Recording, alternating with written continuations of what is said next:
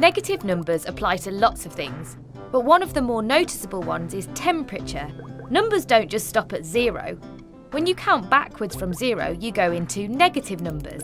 And right now, the temperature is -15. Let's see if we can heat you guys up a bit. Using a thermometer to order negative numbers is an easy way to see that -15 is a lower number than -5 because it's further down the line. And because they are both below 0, they are negative numbers. Negative numbers also apply in buildings when you go below ground level. -10, that's 10 floors below ground level. That was a lucky escape. Factors divide into other numbers exactly, with no remainders. Take these 8 tasty ants, for example. They can be divided into one group of 8.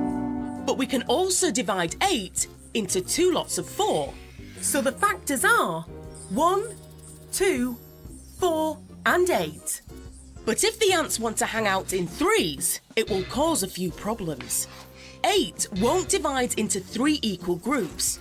There's always a couple left on their own, so 3 is not a factor of 8. I don't think our hungry anteater was expecting any leftovers.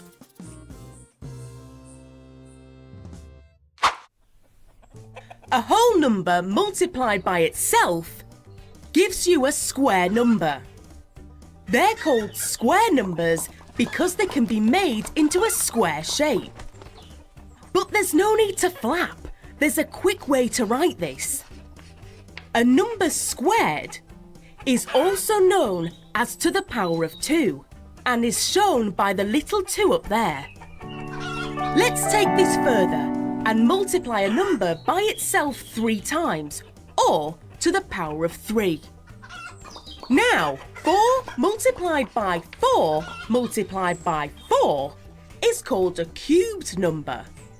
We can show that a number is cubed with that little 3 at the top right. So, by cracking out a few squared or cubed numbers, you can whisk up an exceptionally large number in no time. A prime number is a special number that can only be divided by 1 and itself. It makes them a pain for this fella who likes to divide things into neat equal piles. Let's dig further. Take the number 3. 3 is a prime number.